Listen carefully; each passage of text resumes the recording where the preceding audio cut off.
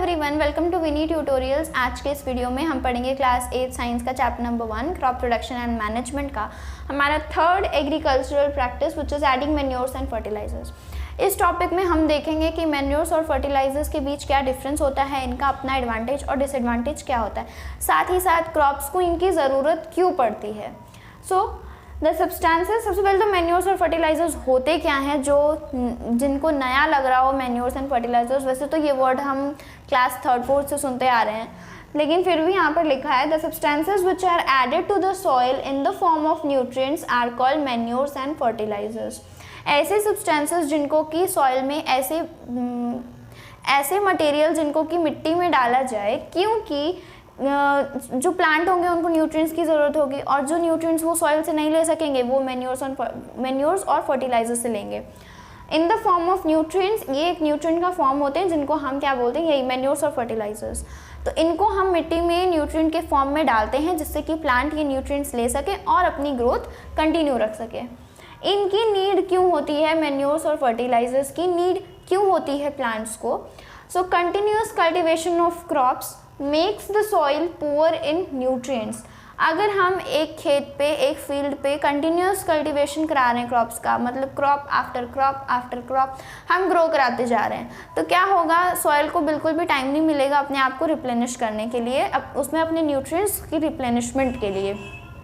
उस केस में हम क्या करते हैं, हम यानी कि किसान लोग क्या करते हैं, therefore farmers have to add manures and fertilisers to the field.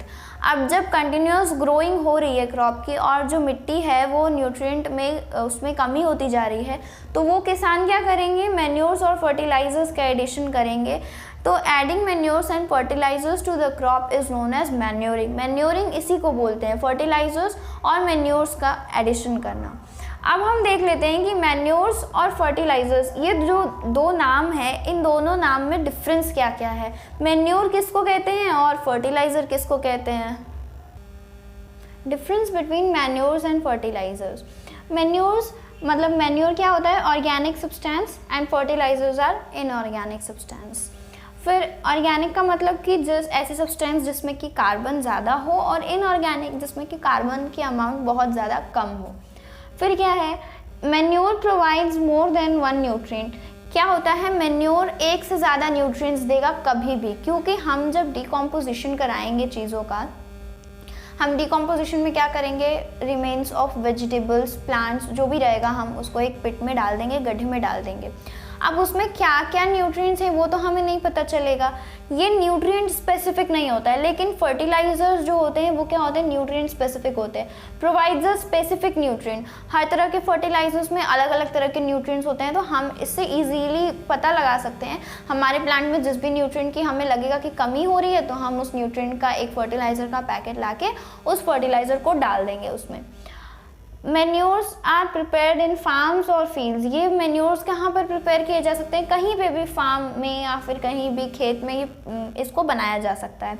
कुछ नहीं करना है, सिंपली एक गड्ढा खोदना है, उसमें सारा रिमेन डाल देना है, कोई भी हो, लेफ्ट ओवर फूड हो या फिर सब्जी या फ्रूट्स वेजिटेबल्स के पील्स हो यानी कि छिलके हों, इन सारी चीज़ों को डाल करके उसको, या फिर ड्राई लीव्स हो, प्लांट्स हो, उन सबको डाल देना है और कुछ दिनों के लिए, कुछ महीनों के लिए छोड़ देना है।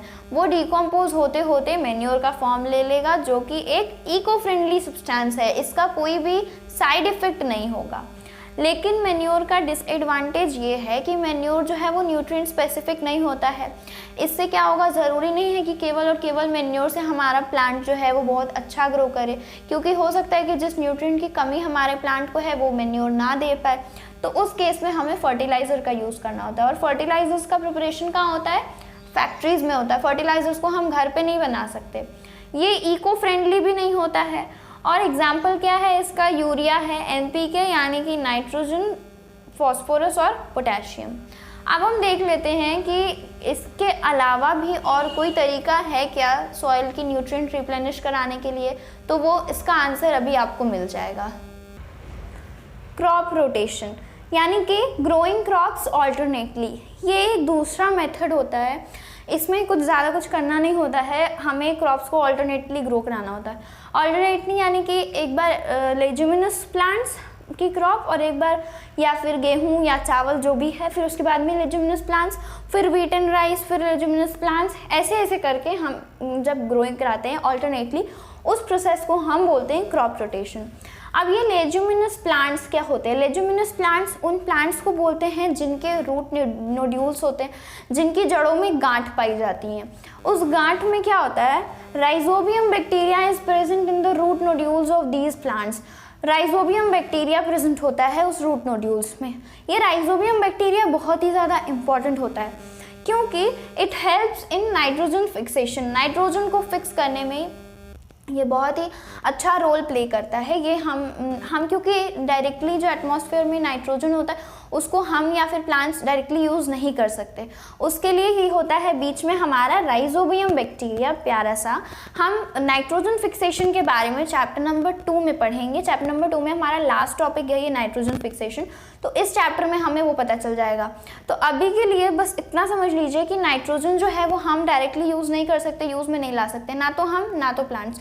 तो ये राइजोबियम बैक्टीरिया उनको नाइट्रोजनियस कंपाउंड्स में चेंज करता है और सॉइल में फिक्स कर देता है, जिससे क्या होता है प्लांट्स ये नाइट्रोजन को ले लेते हैं और फिर प्लांट्स के थ्रू हम उनके फ्रूट्स या वेजिटेबल्स खा के हम उस नाइट्रोजन को यूज़ कर लेते हैं। तो इससे क्या होता है? Replenishes nitrogen in soil. इससे नाइट्रोजन रिप्लेनिश होता रहता है सॉइल में, क्योंकि नाइट्रोजन एक ऐसा न्यूट्रिएंट है जो कि प्लांट्स के लिए बहुत ही ज़्यादा ज़रूरी होता है। उसके बिना प्लांट्स या हम कोई भी ग्रो नहीं कर पाएंगे। तो यही था राइजोबियम बैक्टीरिया के बारे में, और फर्दर हम चैप्टर नंबर 2 में पढ़ेंगे।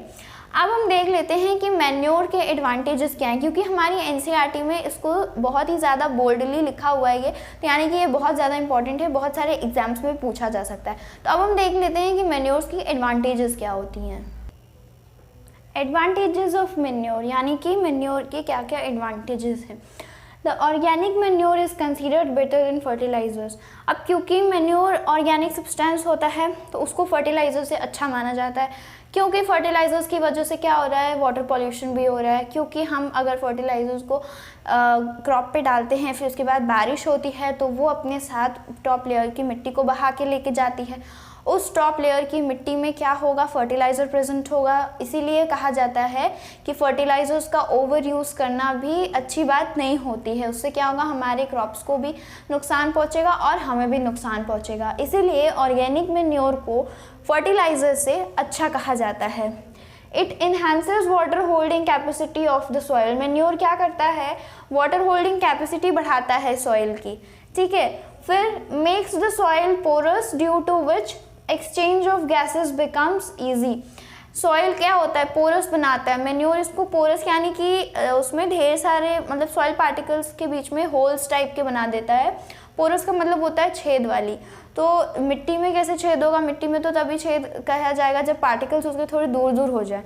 इससे क्या होगा? एक्सचेंज ऑफ गैसेस, क्योंकि हमें पता है कि प्लांट्स भी रेस्पिरेशन करते हैं, रेस्पायर करते हैं, उनकी रूट्स भी करेंगी। तो रूट्स प्लांट्स को तो इजी होता है exchange of gases, shoot system को इजी होता है, लेकिन रूट सिस्टम को इजी क्यों नहीं होता? क्योंकि वो ज़मीन के नीचे ग्रो करता है, और ज़मीन के नीचे अगर सॉइल पोरस होगी तभी एक्सचेंज ऑफ गैसेस उनके लिए ईजी हो पाएगा। एक्सचेंज ऑफ गैसेस यानी कि वो कार्बन डाइऑक्साइड इनहेल करेंगे यानी कि अंदर लेंगे, और ऑक्सीजन को एक्सहेल करेंगे यानी कि बाहर छोड़ेंगे। फिर increases the number of friendly microbes. Friendly microbes का मतलब मिट्टी में फ्रेंडली माइक्रोब्स की संख्या को बढ़ाता है, उनके नंबर को बढ़ाता है। अब ये फ्रेंडली माइक्रोब्स क्या होता है? चैप्टर नंबर 2 है हमारा माइक्रो ऑर्गेनिजम्स फ्रेंड एंड फो। उसमें हमें पढ़ना है फ्रेंडली माइक्रो ऑर्गेनिजम्स के बारे में। सबसे पहले तो माइक्रोब्स उन ऑर्गेनिजम्स को बोलते हैं जो कि इतने छोटे होते हैं कि हम उन्हें ऐसी आंखों से नहीं देख सकते, हमें माइक्रोस्कोप से देखना पड़ता है उनको। और फ्रेंडली यानी कि जो हमारे दोस्त हों। हमारे दोस्त कौन होते हैं? जो अच्छे होते हैं, मतलब हम अच्छे लोगों को ही अच्छे लोगों से ही फ्रेंडशिप करना पसंद करेंगे। तो वैसे माइक्रोब्स जो कि हमारे लिए अच्छे हैं, हमारे लिए हमारे फ्रेंड्स हैं, उनको बोलते हैं फ्रेंडली माइक्रोब्स।